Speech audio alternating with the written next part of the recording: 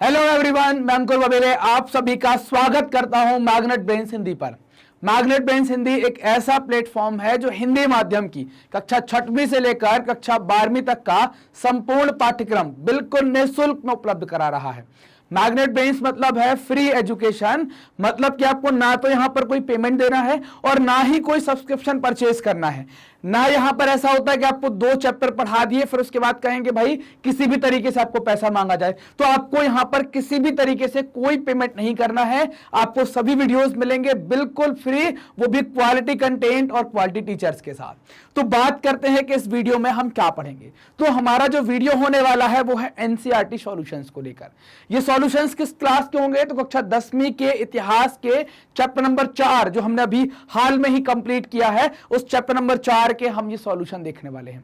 Chapter number 4 क्या था? औद्योगिकीकरण का युग। तो इस औद्योगिकीकरण के युग के हम ये सॉल्यूशन देखने वाले हैं। सॉल्यूशन मतलब जो आपके चैप्टर खत्म होने के बाद जो आपकी किताब में पीछे क्वेश्चन दिए गए हैं तो हम उनके आंसर भी यहां पर देखेंगे।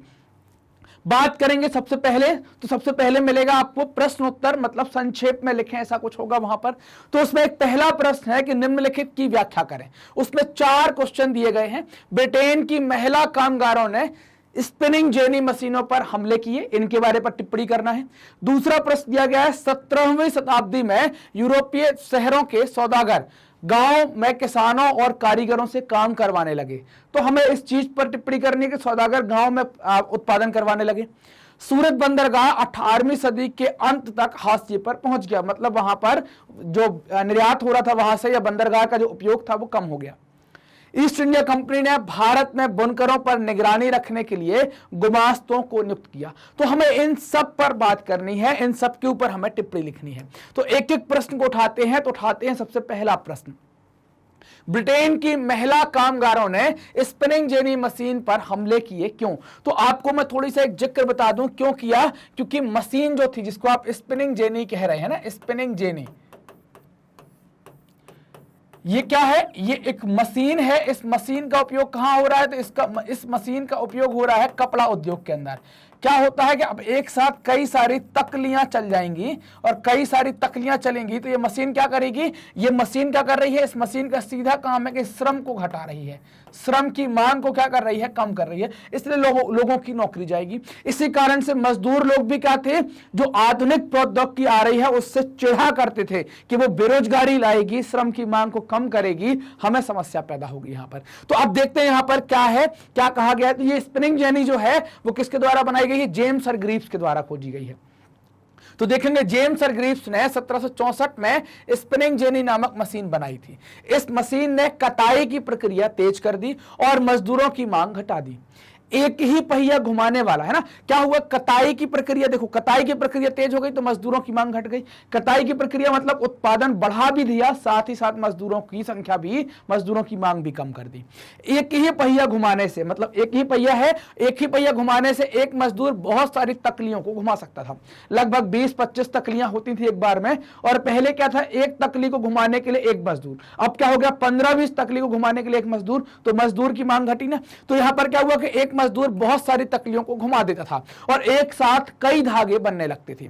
जब इन मशीनों का प्रयोग शुरू हुआ तो हाथ से ऊन काटने वाली, मतलब हाथ से तकली चला रही थी औरतें, हाथ से ऊन काटने वाली औरतें इस तरह की मशीनों पर हमला करने लगी, क्योंकि इस मशीन की वजह से उनका काम छिन गया था। मतलब कि वो क्या हो गई थी? बेरोजगार हो गई थी। इस मशीन की वजह से शारीरिक श्रम की मांग घट गई थी, है ना। शारीरिक श्रम की मांग घटने के कारण बहुत सी महिलाएं बेरोजगार हो गई थी। इसलिए उन्होंने स्पिनिंग जेनी के प्रयोग पर या स्पिनिंग जेनी के प्रयोग का विरोध किया और उस मशीन पर हमला किया। तो ये टिप्पणी जो करनी थी वो हमने लिख लिया कि क्यों है, क्योंकि ये रोजगार की मांग घटा रही है, महिलाएं बेरोजगार हो रही हैं, उनको लगता है ये मशीन रहेगी तो हमें नौकरी नहीं मिलेगी, इस कारण से मशीन को तहस नहस कर दो, हमें नौकरी मिल जाएगी। तो ये टिप्पणी हमें इस पर करनी थी। थोड़ा बहुत आप ऊपर नीचे कुछ चीजें कर सकते हैं, अपने हिसाब से आप इसको पढ़ें, एक बार अपनी भाषा में सोचें और फिर लिखें। थोड़ी चीजों का बदलाव होगा, लेकिन हमें मुख्य रूप से क्या लिखना है कि स्पिनिंग जेनी मशीन का महिलाओं ने विरोध क्यों किया, उस पर हमला क्यों किया। अगले प्रश्न की तरफ चलते हैं। प्रश्न नंबर ख, 17वीं शताब्दी में यूरोप शहरों के सौदागर, है ना, यूरोपीय शहरों के सौदागर गांव में किसानों और कारीगरों से काम करवाने लगे। क्यों? है ना, जो सौदागर हैं ये कहां जाने लगे? शहरों के हैं, लेकिन जाने लगे गांव में, और गांव के किसान और कारीगरों से काम करवाने लगे, उत्पादन करवाने लगे। तो 17वीं शताब्दी में यूरोपीय शहरों के सौदागर गांव की तरफ रुख करने लगे। वे किसान और कामगारों को पैसा देते और उनसे अंतर्राष्ट्रीय बाजार के लिए उत्पादन करवाते। शहरों से गांव की तरफ जाने का एक मुख्य कारण यह भी था कि शहरों में जो व्यापारिक या उत्पादकों के जो गिल्ड्स हैं वो इनको घुसने नहीं दे रहे थे। तो ये कहां चले गए? गांव की तरफ चले गए। तो आप गिल्ड्स वाला जिक्र भी इसमें कर सकते हैं। उस समय विश्व व्यापार के विस्तार और दुनिया के विभिन्न भागों में उपनिवेशों की स्थापना, मतलब जो ब्रिटेन की या यूरोप के देश हैं वो अलग अलग जगह क्या कर रहे हैं? अपना उपनिवेश स्थापित कर रहे हैं। तो उपनिवेशों की स्थापना के कारण चीजों की मांग बढ़ने लगी। इस मांग को पूरा करने के लिए केवल शहर में रहते हुए उत्पादन नहीं बढ़ाया जा सकता था, इसलिए नए व्यापारी कहां जाने लगे? गांव की तरफ जाने लगते हैं। गांव में गरीब काश्तकार, दस्तकार, सौदागरों के लिए काम करने लगे। जब छोटे और गरीब किसान आमदनी के नए स्रोत ढूंढ रहे थे तो उनको क्या हुआ? ये मौका मिल जाता है। इसलिए जब सौदागर वहां आए, उन्होंने माल पैदा करने के लिए पेशगी रकम दी, मतलब एडवांस, ऑर्डर के साथ एडवांस रकम दी, तो किसान फौरन तैयार हो गए कि भाई कुछ तो मिलेगा। सौदागरों के लिए काम करते हुए, गांव में रहते हुए अपने छोटे छोटे खेतों को भी संभाल सकते थे। इससे कुटीर उद्योगों को भी बल मिला। ये सभी कारण हैं जिन कारणों से सौदागर गांव से उत्पादन करवाने लगे, है ना। तो ये 5-6 कारण हैं, इनमें 4-5 कारण आप लिख देंगे तो हमारा काम बन जाएगा। अगला प्रश्न आता है, प्रश्न नंबर ग, सूरत बंदरगाह 18वीं सदी के अंत तक हाशिए पर पहुंच गया था। अब बताना है, उत्तर लिखना है कि भाई कैसे पहुंच गया था, क्या बात हुई। 1750 के दशक तक भारतीय सौदागरों के नियंत्रण वाला नेटवर्क टूट गया। सौदागरों के नियंत्रण का नेटवर्क मतलब क्या है? उत्पादन प्रक्रिया से लेके, है ना, उत्पादन से लेकर कहां तक? उपभोक्ता बाजार तक, है ना, उपभोक्ता बाजार तक, यहां तक इनको जाना पड़ता। उत्पादन में यहां पर कच्चा माल, फिर अलग अलग चीजें इनके साथ जुड़ेंगी। तो इस पूरी जर्नी में, इस पूरी यात्रा में कई सारे लोग इनसे जुड़ते थे। पैसा कमाना, पैसा लगाना, पैसा उधार लेना, साहूकार लोग भी इसमें शामिल थे। तो ये नेटवर्क जो है वो क्या हो गया? टूटना स्टार्ट हो जाता है। तो भारतीय सौदागरों के नियंत्रण वाला नेटवर्क टूट गया। यूरोपीय कंपनियों की ताकत बढ़ती जा रही थी। उन्होंने पहले स्थानीय दरबारों से, स्थानीय दरबार मतलब राजाओं से, नवाबों के यहां से कई तरह की रियायतें मतलब छूट हासिल की, और उसके बाद उन्होंने व्यापार पर इजारेदारी अधिकार प्राप्त किए। इजारेदारी क्या कहलाती है? इजारेदारी व्यवस्था जो है वो एक प्रकार की पंचवर्षीय ठेके की व्यवस्था है। क्या है? पंचवर्षीय ठेके की व्यवस्था है। इसमें एक बार में आपको 5 साल के लिए ठेका मिल जाएगा, जैसे चलाना है वैसे चलाओ। तो उनको इजारेदारी अधिकार भी मिल गए। इससे सूरत जैसे बंदरगाह कमजोर पड़ गए। इन बंदरगाहों से होने वाले निर्यात में नाटकीय रूप से कमी आई। पहले जिस कर्जे से व्यापार चलता था वह खत्म होने लगा। कर्जे की जो बात करें वो कर्जा क्या? पेशगी की रकम और कच्चा माल खरीदने के लिए जो कर्जा मिलता था वो कर्जे का व्यापार खत्म होने लगा। धीरे धीरे स्थानीय बैंकर दिवालिया हो गए। 17वीं सदी के आखिर के सालों में सूरत बंदरगाह से होने वाला व्यापार, है ना, होने वाले व्यापार का कुल मूल्य 1.6 करोड़ रुपए था, जो 1740 के दशक तक गिरकर कितना रह गया? 30 लाख रह जाता है। इस प्रकार 18वीं सदी के अंत तक सूरत बंदरगाह कहां चला गया? हाशिए पर चला जाता है, उसका अस्तित्व कम हो जाता है उस समय। अगला प्रश्न है, प्रश्न नंबर घ, ईस्ट इंडिया कंपनी ने भारत में बुनकरों पर निगरानी रखने के लिए गुमास्तों को नियुक्त किया था। तो गुमास्ता कौन है? तो याद रखेंगे, गुमास्ता वो है जो ईस्ट इंडिया कंपनी की तरफ से नियुक्त किए गए कुछ कर्मचारी हैं, वेतनभोगी कर्मचारी हैं, जो क्या करेंगे? बुनकरों की निगरानी रखेंगे। उसके लिए इनको नियुक्त किया गया था। 1764 के युद्ध के बाद जब ईस्ट इंडिया कंपनी की राजनीतिक सत्ता स्थापित हो गई, तब कंपनी ने व्यापार पर एकाधिकार कायम करने के लिए और उस पर सीधा संबंध स्थापित करना चाहा। इसके लिए उसने गुमास्ताओं की नियुक्ति की, और यह 2 चरण में पूर्ण हुआ। मतलब क्या हो रहा है? यहां पर हम बात करें प्रत्यक्ष नियंत्रण की बात हो रही है। प्रत्यक्ष नियंत्रण स्थापित करने के लिए उन्होंने क्या कर दिया? गुमास्ताओं की नियुक्ति की। तो ये कार्य जो कंपनी ने किया वो 2 चरणों में पूरा किया। पहले चरण की हम बात करें, कंपनी ने सर्वप्रथम बुनकरों को सक्रिय व्यापारियों और दलालों से मुक्त करवाने के लिए इन पर निगरानी रखने, माल इकट्ठा करने और कपड़ों की गुणवत्ता की जांच करने के लिए वेतनभोगी कर्मचारी गुमास्ताओं को नियुक्त किया, जिन्हें गुमास्ता कहा गया। दूसरा चरण क्या है, कंपनी ने बुनकरों पर पाबंदी लगा दी। क्या पाबंदी? पाबंदी का मतलब रोक है, रोक लगा दी कि वो अन्य खरीदारों के साथ व्यापार नहीं कर सकते, उनको माल नहीं बेच सकते हैं। जब बुनकरों को काम का ऑर्डर मिल जाएगा तो उन्हें कच्चा माल खरीदने के लिए कर्जा देने की भी व्यवस्था की गई, लेकिन एक शर्त लगा दी गई। शर्त क्या रखी गई कि जो कर्जा लेगा वह अपना माल सिर्फ गुमास्ता को बेच सकता है। किसको बेचेगा? वो कर्मचारी जो अंग्रेजों के द्वारा बिठाया गया है, सिर्फ गुमास्ता को बेचेगा। परंतु जल्द ही गुमास्ताओं और बुनकरों के बीच टकराव हो जाता है, क्योंकि एक तो गुमास्ता तैयार माल की उचित कीमत नहीं देते थे, और दूसरा यदि कोई बुनकर समय पर माल तैयार नहीं कर पाता था तो वो उसे दंडित करते थे, जैसे पीटना, कोड़े मारना आदि। इस व्यवस्था में बुनकरों की स्थिति दयनीय हो गई, क्योंकि जहां उन्हें अपने माल की उचित कीमत नहीं मिल पा रही थी, वहीं कंपनी के कर्जे तले भी वो दबते चले जा रहे थे। तो दूसरे चरण में क्या हुआ कि भाई एक तो व्यापार की पाबंदी, दूसरा गुमास्ताओं का व्यवहार, और तीसरा कर्जे के नीचे दबते चला जाना। तो ये तीन कारण हमने देखे दूसरे चरण के अंदर। पहला कारण प्रत्यक्ष नियंत्रण देखा हमने पहले चरण के अंदर। अब दूसरा प्रश्न आता है, प्रत्येक वक्तव्य के आगे सही है गलत है लिखें। हम यहां पर सही है और गलत है का निशान लगाएंगे। सही है तो ऐसा, गलत है तो ऐसा। आपको लिखना है सही है या गलत है ना? क्लियर बात। पहला प्रश्न, 19वीं सदी के आखिर में यूरोप की कुल श्रम शक्ति का 80% तकनीकी रूप से विकसित औद्योगिक क्षेत्र में काम कर रहा था।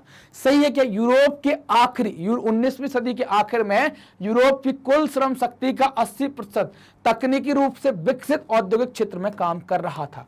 क्या कर रहा था? तकनीकी रूप से औद्योगिक क्षेत्र में काम बिल्कुल कर रहा था, ये बात सही है। लेकिन अगर हम बात करें कि ये बृहद उद्योगों की, तो वहां पर तो आपको देखने को मिलेगा कुछ कम परसेंटेज हो जाएगा। 18वीं सदी तक महीन कपड़े के अंतर्राष्ट्रीय बाजार पर भारत का दबदबा था। तो क्या महीन कपड़े पर भारत का दबदबा था? ये बात भी बिल्कुल सही है कि भाई दबदबा था। आप देख पा रहे होंगे यहां सही का निशान है। अगला, अमेरिकी गृह युद्ध के फलस्वरूप भारत के कपास निर्यात में कमी आई, है ना? तो अमेरिकी गृह युद्ध में भारत के कपास पर निर्यात में कमी क्यों आएगी? तो ये वाली बात गलत है। क्यों आएगी कमी? क्यों नहीं आएगी कमी? क्योंकि हमारे तो निर्यात में वृद्धि हुई, क्योंकि अमेरिका अपने माल का निर्यात नहीं कर पा रहा ब्रिटेन को, तो ब्रिटेन ने वो सामान हमसे खरीदा, तो हमारा तो निर्यात बढ़ा ना कि घटा। इस कारण से कथन गलत है। फ्लाई शटल के आने से हथकरघा कामगारों की उत्पादकता में सुधार हुआ। फ्लाई शटल क्या था कि एक व्यक्ति हाथ से वो चलने वाली जो मशीन है उसका उपयोग करेगा, तो इससे क्या हुआ? उत्पादकता बढ़ती है। तो ये बात भी सही है। तो हमारे पहला सही है, दूसरा सही है, तीसरा गलत है और चौथा सही है। ये हमारे सही गलत वाली जो बात लिखनी थी, आप यहां पर क्या लिखेंगे कि सही है ना? क्या लिखना है आपको? सही है, निशान नहीं लगाना है। यहां पर क्या लिखेंगे? गलत है, और यहां पर क्या लिखेंगे? सही है। जब लिखने को कहा गया है तो लिखेंगे। अगर वो निशान लगाने को कहता कि सही और गलत का निशान लगाइए, तो हम क्या करते? सही और गलत का निशान यहां पर लगाते। ये बात क्लियर सभी को? अब अगला प्रश्न आता है, प्रश्न नंबर 3, आदि औद्योगिकीकरण का मतलब बताएं, है ना? आदि औद्योगिकीकरण, तो आदि का मतलब क्या है? एकदम पहले की स्टेज जो होती है, कोई चीज आ रही है उसके पहले की स्टेज जो है उसको आप आदि कहते हैं। आदि औद्योगिकीकरण मतलब औद्योगिकीकरण के पहले जो हम बात कर रहे होंगे, जस्ट पहले। मान लीजिए कि औद्योगिकीकरण यहां पर स्टार्ट हुआ है ना, कि ये कोई जा रही है लाइन, यहां पर औद्योगिकीकरण स्टार्ट हुआ, तो इसके जस्ट पहले की बात करेंगे तो इसको क्या कह देंगे? आदि। और उसके बाद क्या आ जाएगा? उसके बाद आ जाएगा औद्योगिकीकरण, है। तो इसके बाद यहां पर औद्योगिकीकरण आ जाएगा, फिर उसके रूप तो बढ़ते चले जाएंगे। तो औद्योगिकीकरण स्टार्ट हुआ, उसके जस्ट पहले की बात जो है उसको हम क्या कहेंगे? आदि औद्योगिकीकरण कहेंगे। औद्योगिकीकरण का इतिहास प्रारंभिक फैक्ट्रियों की स्थापना से शुरू होता है। इंग्लैंड और यूरोप में फैक्ट्रियों की स्थापना के पहले ही अंतर्राष्ट्रीय बाजार के लिए बड़े पैमाने पर औद्योगिक उत्पादन होने लगा था। यह उत्पादन फैक्ट्रियों में नहीं होता था, है ना? फैक्ट्रियां लगने के पहले बड़े स्तर पर हम उत्पादन करने लगे, लेकिन यह उत्पादन फैक्ट्रियों में नहीं होता था। बहुत सारे इतिहासकार औद्योगिकीकरण के इस चरण को पूर्व औद्योगिकीकरण कहते हैं। यह किसके द्वारा दिया गया नाम है? इतिहासकारों ने इसे क्या कहा है? पूर्व औद्योगिकीकरण कहा है। इस पूर्व औद्योगिकीकरण की अवस्था में व्यावसायिक आदान प्रदान होता था और इस पर सौदागरों का नियंत्रण था। जो व्यापारी हैं, सौदागर हैं, उनका ही पूरा नियंत्रण इस पर हुआ करता था। चीजों का उत्पादन कारखानों की बजाय घरों में होता था। मतलब समझ में आई बात कि यहां पर कुटीर उद्योग ज्यादा होते होंगे, घरों में होता था। उत्पादन के प्रत्येक चरण में, है ना, उत्पादन के प्रत्येक चरण में प्रत्येक सौदागर 20 से 25 मजदूरों से काम करवाता था। मतलब सौदागर के अंडर में सैकड़ों मजदूर काम करते होंगे। हर एक चीज के कई सारे चरण होते होंगे। पहले कच्चा माल आएगा, कच्चा माल फिर कहीं इकट्ठा होगा, उसको कहीं कलेक्ट करेंगे, फिर वहां से वो कहां जाएगा, किसी मशीन पर जाएगा या किसी उत्पादन घर में जाएगा, उत्पादन के लिए जाएगा। फिर यहां से ये निकलेगा, फिर यहां से क्या होगा कि भाई इसमें फिनिशिंग करेंगे, है ना, फिनिशिंग करेंगे कोई सी भी चीज को। फिर ये कहां जाएगा, फिनिशिंग होने के बाद जाएगा ये बाजार में। कहां जाएगा, बाजार में। तो ये जो स्टेप है ना, ये जो चरण है, कच्चे माल से लेकर और बाजार में बिक्री तक, ये प्रत्येक चरण पर 20 से 25 मजदूर आपको लग रहे हैं। और इन मजदूरों पर नियंत्रण किसका है, सौदागरों का होता था। इस प्रकार औद्योगिकरण से पहले, फैक्ट्रियों की स्थापना से पहले उत्पादन कार्य को आदि प्रौद्योगिकीकरण कहा जाता है। मतलब फैक्ट्रियों की स्थापना के पहले जो बड़े स्तर पर औद्योगिक उत्पादन किया जा रहा है उसको ही क्या कह रहे हैं, आदि औद्योगिकरण कहा जा रहा है। क्लियर बात। ये आदि औद्योगिकरण का मतलब क्या लिखेंगे, तो ऐसा हम मतलब यहां पर लिख देंगे। अब बात आई, अब प्रश्न आया आपके सामने कि चर्चा करें, तो हम सबसे पहले चर्चा करेंगे। पहला प्रश्न जो आता है वो क्या है, तो 19वीं सदी के यूरोप में कुछ उद्योगपति मशीनों की बजाय हाथ से काम करवाने वालों को प्राथमिकता क्यों देते थे। तो इसको पहले मैं अपन शॉर्ट फॉर्म में समझ लेते हैं, क्यों देते होंगे, है ना। हाथ के काम के लिए तरहीज क्यों देते होंगे। हाथ के काम के लिए तरहीज देने के पीछे एक तो कारण ये होगा कि भाई वहां पर काम में क्या होगा, उतार चढ़ाव ज्यादा होगा। उत्पादन में क्या होगा, उतार चढ़ाव ज्यादा होगा। मतलब कि उत्पादन प्रक्रिया लगातार फैक्ट्री एक सी नहीं चलती होगी। दूसरा, ये जो हाथ है मतलब कि श्रम क्या है, सस्ता होगा, आसानी से मिल जाएगा। तीसरा, अगर आपको बारीक काम करना है तो आपको हाथ से करवाना पड़ेगा। चौथा, आपको अगर कोई स्पेशल आकार देना है तो आपको हाथ से करवाना पड़ेगा। अगर आप कोई अच्छी चीज मानते हैं ना, उसको परिष्कृत करना है, कुछ उसको अच्छा करना, तो भी आपको हाथ से काम करवाना पड़ेगा। इस कारण से, है ना, इस कारण से हाथ के काम को तहरीज दी गई थी, श्रमिकों से काम करवाने को प्राथमिकता दी गई थी। अब लिख लेंगे क्या होगा। 19वीं सदी के यूरोप में कुछ उद्योगपति मशीनों की बजाय हाथ से काम करवाने वाले श्रमिकों को प्राथमिकता देते थे। इसके निम्नलिखित कारण थे। पहला कारण है, ब्रिटिश कालीन विक्टोरिया ब्रिटेन में, विक्टोरिया कालीन ब्रिटेन में मानव श्रम की कोई कमी नहीं थी, है ना। विक्टोरिया कालीन का मतलब क्या हो गया, जब महारानी विक्टोरिया का शासन था उस टाइम के ब्रिटेन में किसी प्रकार के श्रम की कमी नहीं थी। मतलब लोग पर्याप्त मात्रा में उपलब्ध थे और इसलिए कम वेतन पर मजदूर भी मिल जाते थे। अतः उद्योगपति मशीनों की बजाय हाथ से काम करवाने वाले श्रमिकों को ही रखते थे। क्यों लगाएंगे 10-20 लाख की मशीन। जिन उद्योगों में मौसम के साथ उत्पादन घटता बढ़ता रहता था, है ना, जिन उद्योगों के अंदर मौसम के साथ उत्पादन घटता बढ़ेगा, जैसे चीनी उद्योग ले लो आप, है ना, या और दूसरे उद्योग ले लो जिनमें सिर्फ सीजन पर काम होता है, वहां उद्योगपति मशीनों की बजाय मजदूरों से काम करवाना पसंद करते थे, मजदूरों को रखना पसंद करते थे। बहुत सारे उत्पाद केवल हाथ से तैयार किए जा सकते हैं, मशीनों से एक जैसे उत्पाद ज्यादा संख्या में बना सकते हैं। लेकिन बाजार में अक्सर बारीक डिजाइन और खास आकार वाली चीजों की मांग काफी रहती थी। इन्हें बनाने के लिए यांत्रिक प्रौद्योगिकी नहीं बल्कि इंसानी निपुणता की जरूरत है, इसलिए श्रम आधारित या श्रम या मानवों पर तहरीज दी गई। विक्टोरिया कालीन ब्रिटेन में उच्च वर्ग के कुलीन लोग हाथों से बनी चीजों को महत्व देते थे या तहरीज देते थे। हाथ से बनी चीजों को परिष्कार और सुरुचि का प्रतीक माना जाता है। उनको एक एक करके बनाया जाता था, उनका डिजाइन भी अच्छा होता था। इस कारण से ये लोग क्या है कि हाथ से बनी चीज, और हाथ से बनी चीज को जब महत्व मिलेगा तो फिर हाथ किसके हैं, मजदूर के हैं, तो मजदूर को रखना पड़ेगा, उससे काम करवाना पड़ेगा। यदि थोड़ी मात्रा में उत्पादन करना होता तो उसे मशीन की बजाय श्रमिकों से करवाते हैं। अगर उत्पादन की मात्रा कम है तो फिर हम किससे करवाएंगे, श्रमिकों से करवाएंगे। क्रिसमस के समय बाइंडरों और प्रिंटरों का कार्य भी मशीन की बजाय मजदूरों की सहायता से अधिक अच्छी तरह से होता था। विक्टोरिया कालीन ब्रिटेन के उच्च वर्ग के कुलीन पूंजीपति वर्ग के लोग हाथों से बनी चीजों को महत्व देते थे, क्योंकि वस्तुएं सुरुचि और परिष्कार का प्रतीक थी। इनमें अच्छी फिनिशिंग यानी सफाई होती थी, इनमें डिजाइनों की विविधता होती थी तथा इन्हें बड़ी मेहनत से बनाया जाता था। तो इस कारण से कुलीन वर्ग के लोग, पूंजीपति वर्ग के लोग और बड़े लोग इसको तहरीज या इनको महत्व दिया करते थे। इसी कारण से उद्योगपति भी क्या है, श्रम आधारित काम करवाया करते थे। अगला प्रश्न है प्रश्न नंबर 2। ईस्ट इंडिया कंपनी ने भारतीय बुनकरों से सूती और रेशमी कपड़े की नियमित आपूर्ति सुनिश्चित करने के लिए क्या किया? नियमित मतलब रेगुलर कपड़ा मिलता रहे, उसके लिए उन्होंने क्या किया? तो ईस्ट इंडिया कंपनी ने भारतीय बुनकरों से सूती और रेशमी कपड़े की नियमित आपूर्ति सुनिश्चित करने के लिए प्रबंधन और नियंत्रण की एक नई व्यवस्था लागू की। यह काम निम्नलिखित तरीके से किया गया। अगर इसमें हम देखें तो इसमें हम जो पॉइंटों पर बात करेंगे तो इसमें पहले पॉइंट पर बात आएगी कि प्रत्यक्ष नियंत्रण की बात की, और उस प्रत्यक्ष नियंत्रण के लिए इन्होंने क्या किया, गुमास्ता को नियुक्त किएंगे। किसको? गुमास्ता को नियुक्त किया जाएगा। ये 2 पॉइंट इस पर याद रखने। क्या होगा, कंपनी ने कपड़ा व्यापार में सक्रिय व्यापारियों और दलालों को खत्म करने तथा बुनकरों पर प्रत्यक्ष नियंत्रण स्थापित करने की कोशिश की। कंपनी ने बुनकरों पर निगरानी रखने, माल इकट्ठा करने और कपड़ों की गुणवत्ता की जांच करने के लिए वेतनभोगी कर्मचारी तैयार कर दिए, जिन्हें क्या कहा गया, गुमास्ता कहा गया। अब ये गुमास्ता क्या करने लगे, उनके लिए कपड़ा इकट्ठा करने लगे। दलालों को हटा दिया गया, सीधे उनके कर्मचारी जो गुमास्ता है वो कपड़ा लेकर कंपनी में जाने लगे। कंपनी को माल बेचने वाले बुनकरों को अन्य खरीदारों के साथ कारोबार करने की पाबंदी लगा दी गई। इस पॉइंट में हम 4 पॉइंट निकालेंगे जो हाईलाइट करके रखे हैं। एक आएगा आपका पाबंदी वाला, दूसरा आएगा आपका पेशगी का, तीसरा आएगा कर्जे का और चौथा आएगा टकराव का, है ना। ये आपको 4 पॉइंट आप याद रखेंगे तो ये दूसरा वाला स्टेप भी आपको आसानी से बन जाएगा। क्या करेंगे, कंपनी का माल बेचने वाले बुनकरों को अन्य खरीदारों के साथ कारोबार करने पर पाबंदी लगा दी गई।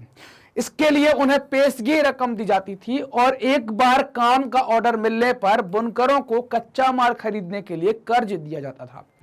जो कर्ज लेते थे उन्हें अपना बनाया हुआ कपड़ा गुमास्ता को ही देना पड़ता था, यह शर्त हुआ करती थी।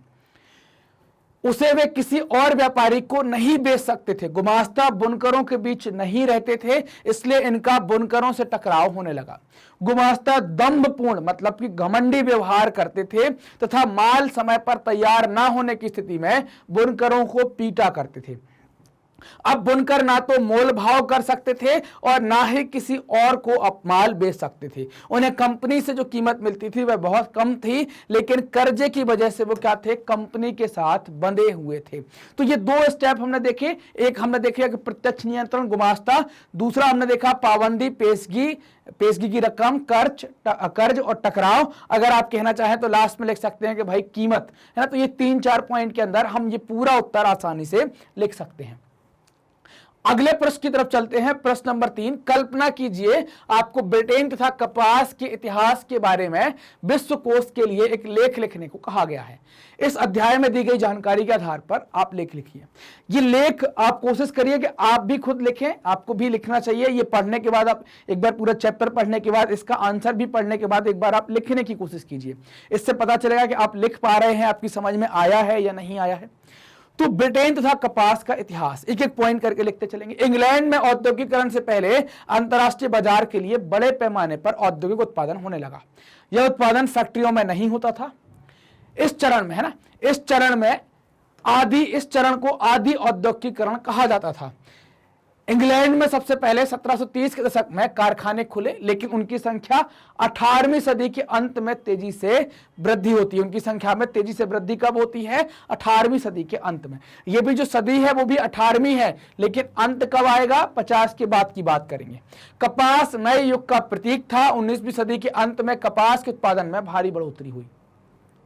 1760 में ब्रिटेन अपने कपास उद्योग की जरूरतों को पूरा करने के लिए 25 लाख पौंड कच्चे कपास का आयात करता था, जो 1787 में यह आयात बढ़कर 220 लाख पौंड तक पहुंच जाता है।